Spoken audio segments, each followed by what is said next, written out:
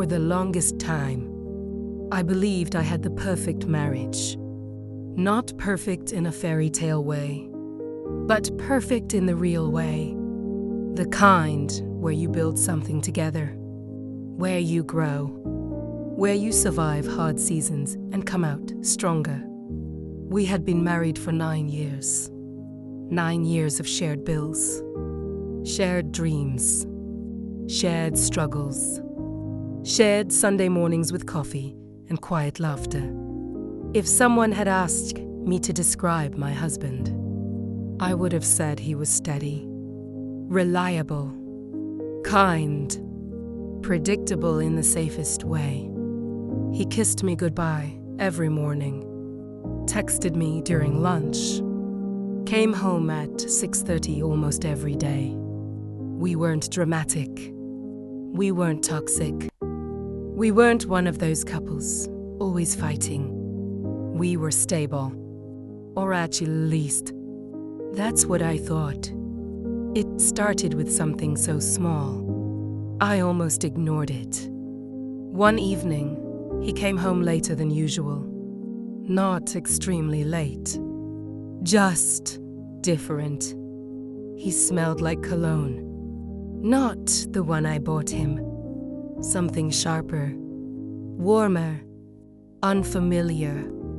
When I asked, he laughed lightly. Oh, one of the guys at work sprayed it on me. Saw it I needed an upgrade.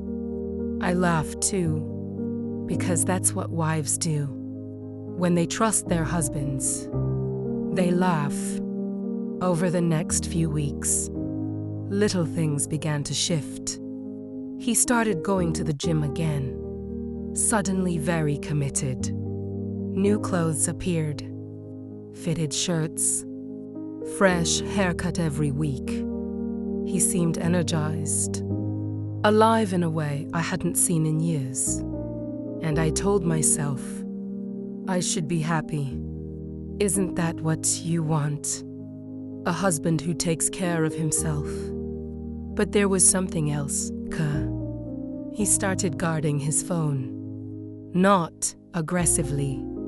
Not suspiciously obvious. Just subtle. If I walked into the room, he would tilt the screen slightly away. If a notification came in, he would clear it quickly. And when I asked who texted, he would say, just work stuff.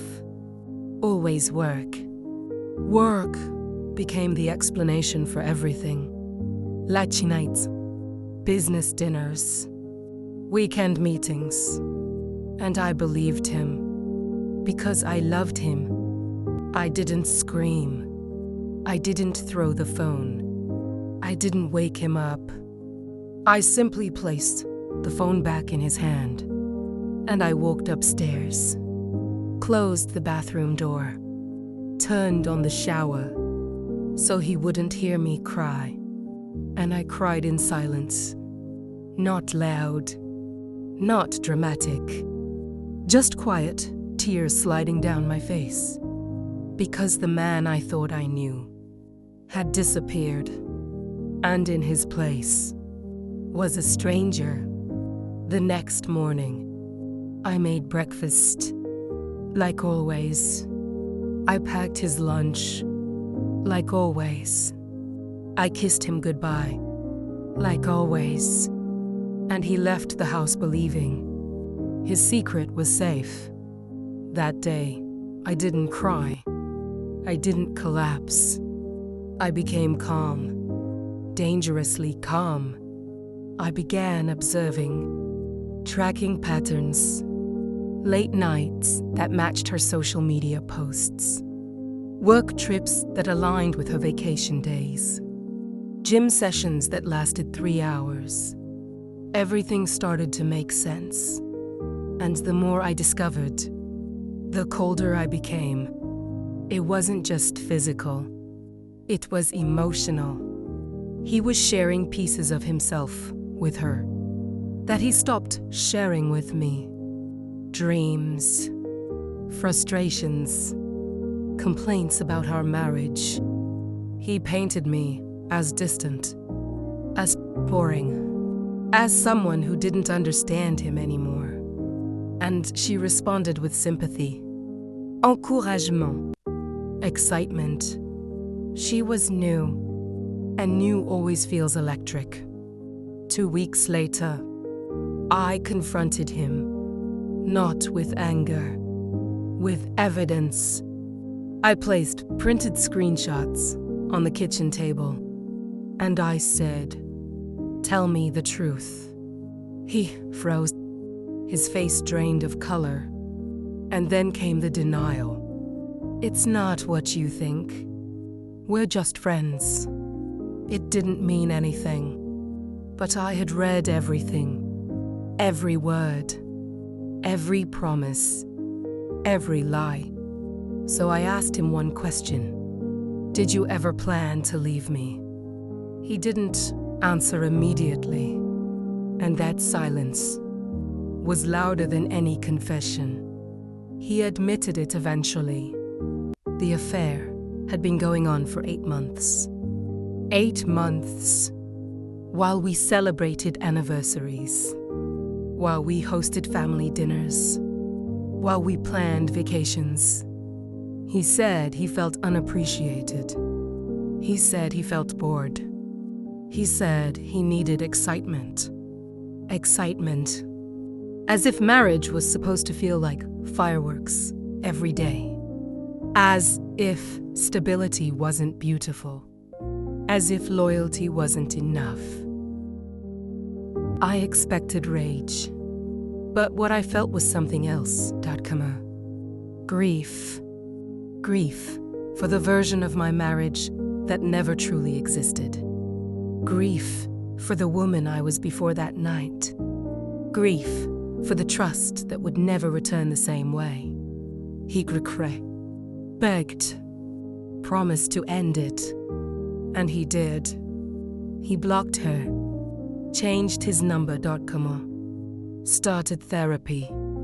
But something inside me had shifted permanently. Trust, once shattered, doesn't return whole.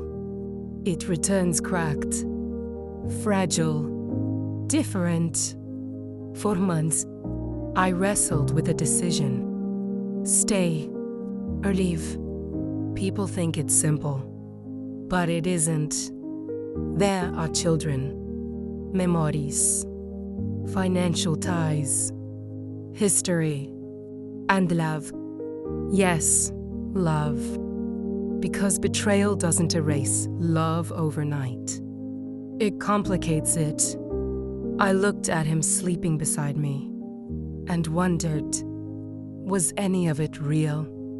And the painful truth was, some of it was. But so was the deception.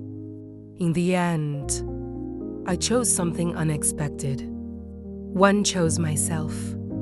Not out of revenge, not out of hatred, but out of clarity. I realized I had been living inside an illusion. Believing stability meant security. Believing routine meant safety. Believing love meant immunity from betrayal. It doesn't. We separated quietly. No dramatic fights. No public exposure. Just two adults acknowledging that something sacred had been broken. Today, when I look back, I don't see a failed marriage. I see a lesson. I learned that perfection can be a mask.